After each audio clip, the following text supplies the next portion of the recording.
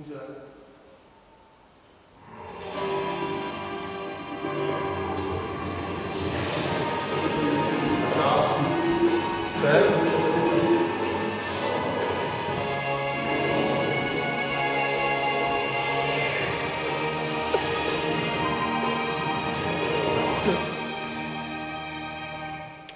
Dámy a pánové, vítejte u AŽET kvízu.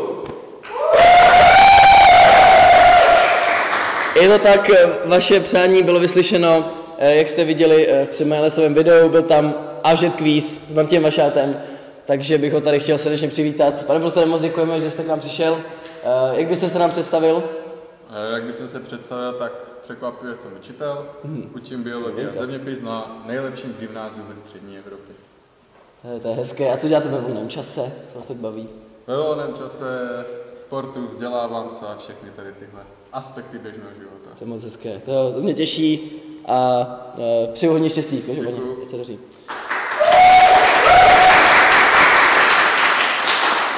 Druhým participantem je Eda, a.k.a. Ptakopis Kpery. Edo, odkud jsi přišel a co očekáváš od dnešního duelu?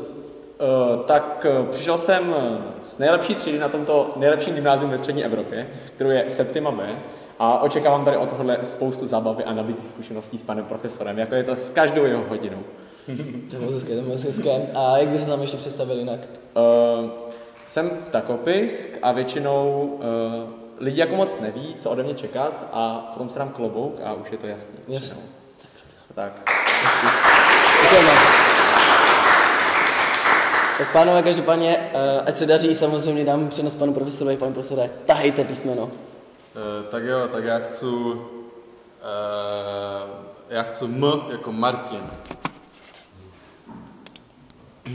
Tato 4 slova používá pan ředitel Krupka jako pozdrav při jakémkoliv proslovu. Uveďte prosím jaká.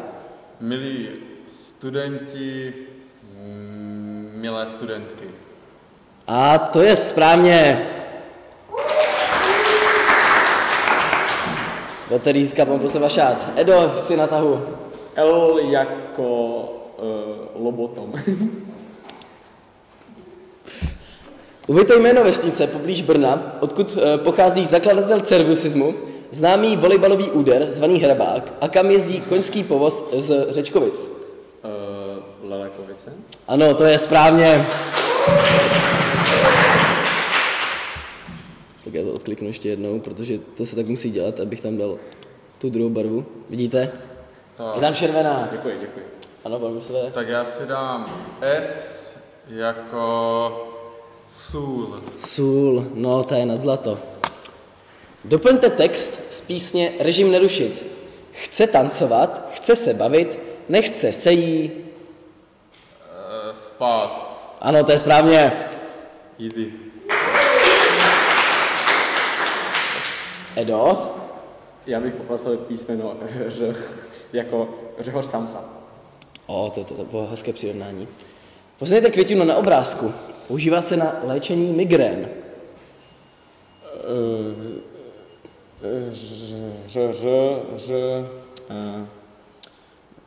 Barbora. Bohužel ne, pane profesore, chcete odpovídat? Hřišnice. Ne, to není správná odpověď. Správná odpověď je Řimbaba. A počkejte, až to zase dvakrát okliknu, protože jinak to nebude fungovat. Počkejte. Zpátky pyramida. Ještě jednou. A máme to žlutě. To je krása. Tak, kdo je teď Tak na jo, tom? tak já... Počkat, já už jsem docela teď špatný. Můžu dát náhradní? Můžete náhradní za Ř? Tak nechci zatím. Nechcete, jo? Nechcete, ne. Tak zatím ne, tak zatím ne. Tak já chci zatím Š jako Štěpán. Štěpán. Dobře. Tam vše. No. Jak se nazývá pokrm, který je podáván ve školní jídelně, podobný masovité struktuře slizkého povrchu a bílohnědé barvy? Pokrm,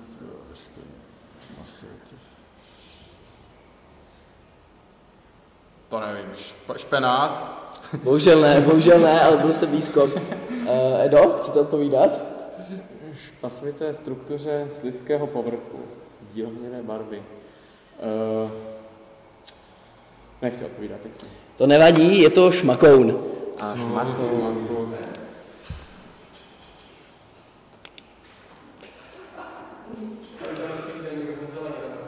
Cože? Je to mikrofon? Já nevím. Jo, svítí, dobrý. Tak kdyby se nahrával zvuk, tak to by bylo špatný celkem, co asi. Ty třeba vůbec nebude rozumět. Tak, Edo. Rád bych si vzal H jako... Oblíbená rubrika časopisu Gilotina se týká vtipných hlášek a momentů... Lody Final Answer, děkuji. Dobře. Jaké lehké otázky. Je to hrozně neférové. Tak. A já jsem zapomněl, jaká jsou barva zelená, že? Já jste zelená. Tak já chci N jako Norbert. Dobře. Uveďte poslední část rituálu pana profesora Vojty, který probíhá každou hodinu před začátkem aktuality. Vy budete teď napětě poslouchat, co nového doma či ve světě. To nevím, co říká. A ty písmenka nahoře, to jsou To je úvodní nápověda. To je to celé. No to... Ano, úvodní písmeno to celé.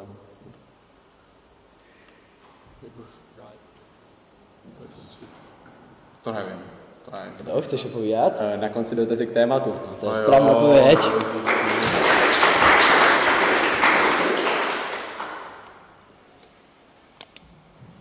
Nech tam zelenou.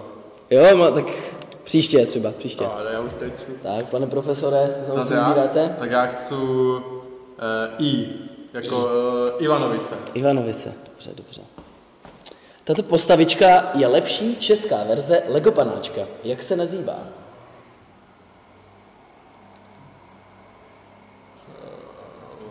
Lepší verze Lego panáčka, jak se nazývá? Je to na I? Je to normálně jako lidské jméno nějaké? Nevím, fakt nevím vůbec. Edo? Igráček. Ano, to je správná odpověď. Co to je? Igráček. Česká stavebnice podle Legu. Jo. Tak pane profesore, znovu poprosím. Tak já chci v tom případě náhradní za Š. Za Š, náhradní. Takže poprosím instruktora, aby vybral první otázku, náhradní. Když stojíte na Karlově mostě, koukáte se na Labe nebo do Labe? Koukám se na Labe. Omlouvám se, to je bohužel špatná odpověď. Ježiš! Na Karlově mostě je Vltava. Takže náhradní otázka zůstává. Já už nehraju. Jestli nevyhraju, tak nehraju. Ještě není konec, zdaleka, Edo. Já bych poslal R jako Rwanda. Rwanda. Zajímavé. Jo, to ještě Milota říkal tady toto. Jo, to vymyslel Milota. Uveďte název legendárního fotbalového míče, který byl stvořen pro mistrovství Evropy roku 2004 a byl také zmíněn v seriálu Okresní přebor. Robert. Ne. Bohužel ne, pane profesore. Roteiro. Ano, to je správná odpověď. Easy. Zelenou, takže Edo znova. Já bych poprosil, tak řekněme, náhradní za Ř. Hradní zaře, znovu. Tak poprosím druhou náhradní otázku. Je jich tam málo. Když to nebude vědět, tak Tak nic. je to moje, ten bod. Je to furt žlutý. Podle hypotézy paní profesorky Cibulkové se člověk, ležící ve vaně plné alkoholického nápoje, stane opilým rychleji, než člověk, co alkoholický nápoj normálně pije. Je to pravda? Ano nebo ne? Ano. Ano, to je správná odpověď. Tak já chci náhradní za... Je tam před červeným. Tak počkejte, jenom uděláme rychlou úpravu. Tak, pyramida. To je zelená. Znovu tu klikni, komis. Tak, pane profesore. Tak já v tom případě... Já taky jo, beru Y jako Y. Uveďte písmeno ve tvaru praku. Y. A to je správná odpověď. Umím. Edo? Já bych si dal 2TV jako... Ne, tak co já? W, dobře. Doufám, že to nebudeš vědět. Uveďte jméno legendárního medvěda, který bojoval v druhé světové válce. to Vojtek. Ano, to je správná odpověď. Co? Dosáhl hodnosti plukovníka, jestli se nemýlím. Jo, taky jsem o tom slyšel. No a jako teď já jsem úplně uzavřený. Furt není konec, nezdávejte to. A já nemůžu propojit už všechny 3 strany. To nevadí, ale můžete ho zablokovat. Ne, jak mám propojit teď 3 strany? A jo, můžete, to je Jako- pravda. Tak tady máte 1, 2 a 3. Jo. Nezdávejte to. Tak jako Karolinu. Pan profesor Malý se vyznačuje speciální lahví Kokos. na pití. Ano, je to správně, je to kokos. Edo? G jako Gilgameš, prosím. Uveďte příjmení neznámé osobnosti, která účinkovala na pozicích, jako například redaktor Gilotiny, rozhodčí superfinále nebo moderátor Maja Lesu. Guty? Vojtěch Gut? Ano, to je správná odpověď. Aha.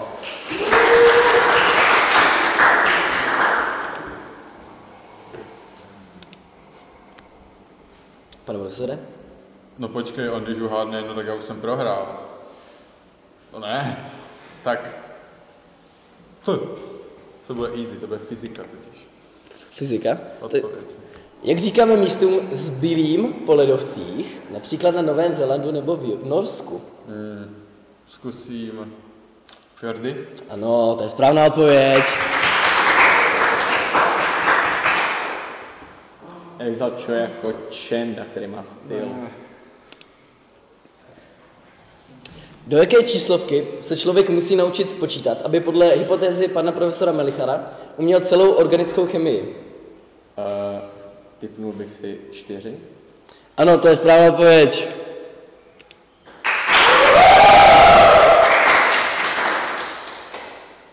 Počkat. Nemáme tam animaci pro konec, bohužel. Hej, ale stejně ta otázka tady byla na tu předložku, jestli se dol nebo nalabilo, to šlo tu předložku, tam nebyla otázka, jestli tam nebo odtava, to bylo prostě To byl chyták, podvod, to byl byl chyták. podvod. Každopádně děkuji vám za hru, pánové, můžeme dojít i o zbylé otázky, myslím, že to stojí za to. To můžeme ještě na počet hrát. Já jsem ještě, pro, Můžete já ještě jsem můžete pro. otočit. Já jsem pro. Tak já taky. Dobře, tak pane profesor, vybíjete. Tak dobře, tak A. A? Dobrý. Je to zapnutý? Tak dámy a pánové, měli jsme tady větší technické problémy, ale jedeme dál, jedeme nakonec na počet, jsme se rozhodli. Takže pan profesor má tady tuhle otázku. Nevím, Pane profesore. nevím, jak se Nevíte? Edo, chceš odpovídat? Jako o čem umřete? Jo. Umřete na aneurisma, když se dotknete boileru ve školní jídelně. Moc je to mrzí. Skoro jsem tam byl. Ačko nejde, takže na to kašlem. Edo, vybírej. Já bych chtěl B jako blekotat. Zakotat, dobře. Ačko. To je ono, Uveďte název jedné z hlavních postaviček italského brainrotu, symbolizující strom s nohami a nosem. Je to Br patapim? Ano, to je správná odpověď.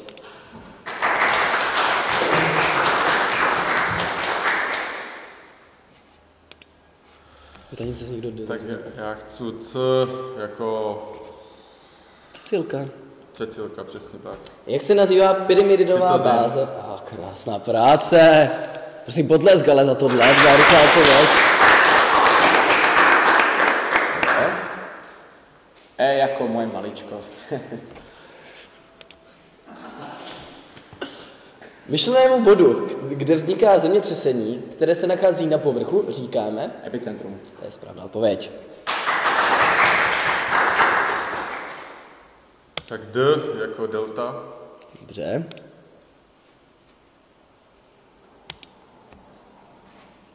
Doplňte rýmovanou pomůcku, kterou využívá v hodinách fyziky pan profesor Votava, zdůrazňující pořadí nejprve napětí, pak až proud. Jak s cívkou, tak s dívkou. Ano, správná odpověď. Je to tak. Edo? Já bych poprosil V jako Vlastimilka.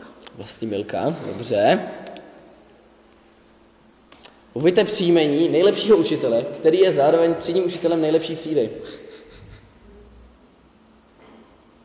Ale... Tak počkat. Kdo tohle dělal? Produkce.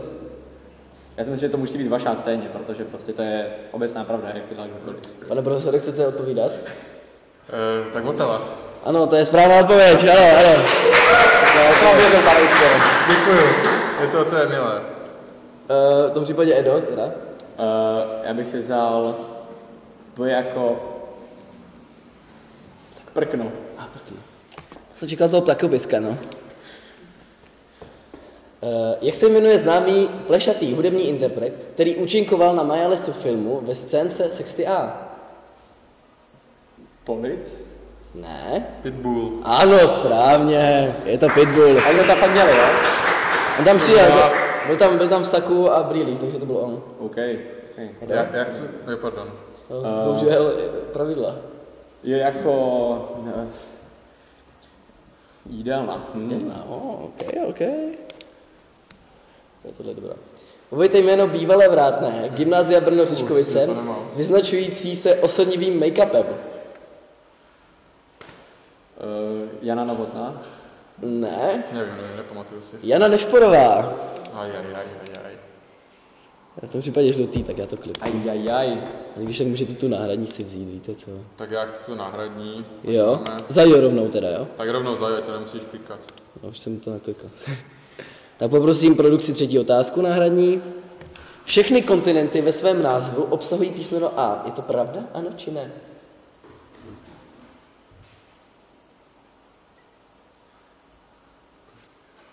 Ano, je to pravda. Je to pravda. Je to tak.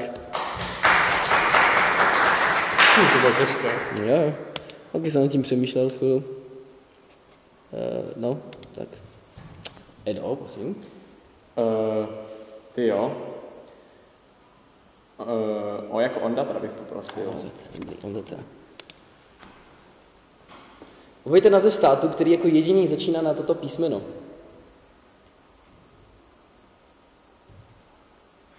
Dejme sekundu.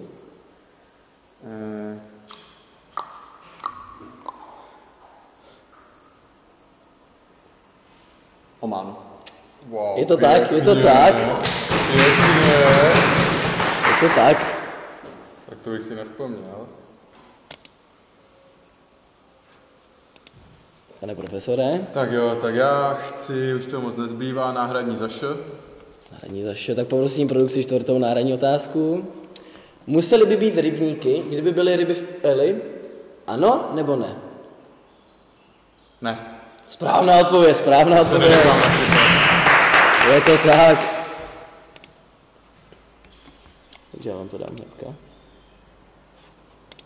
Tak. Edo? Já bych vzal to jako Tonda. Toník.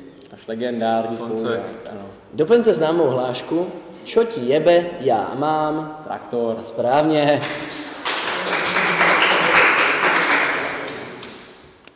Tohle nebude vypípávat.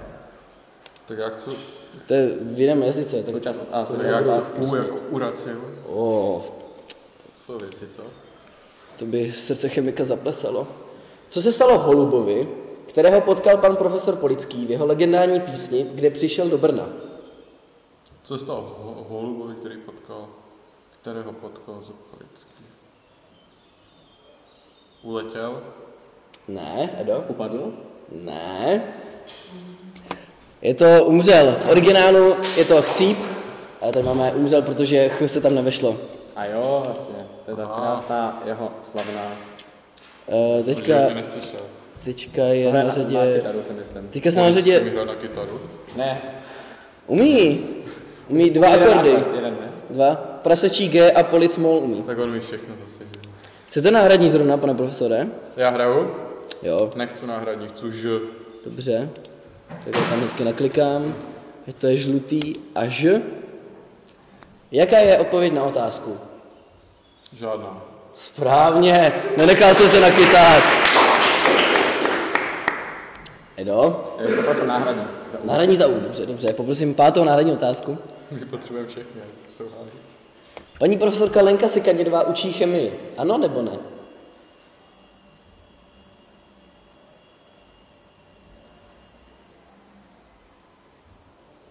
Ano.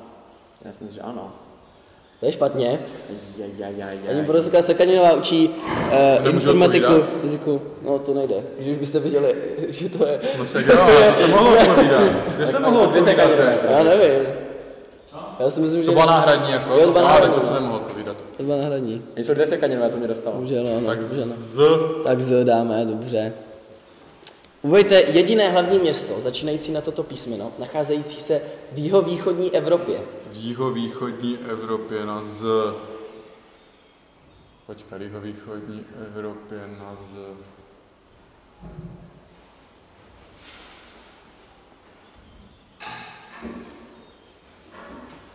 Jmenuje se taky restaurace poblíž odsud. Jo, počkej na tyhle vrsty. Na z... Na Z.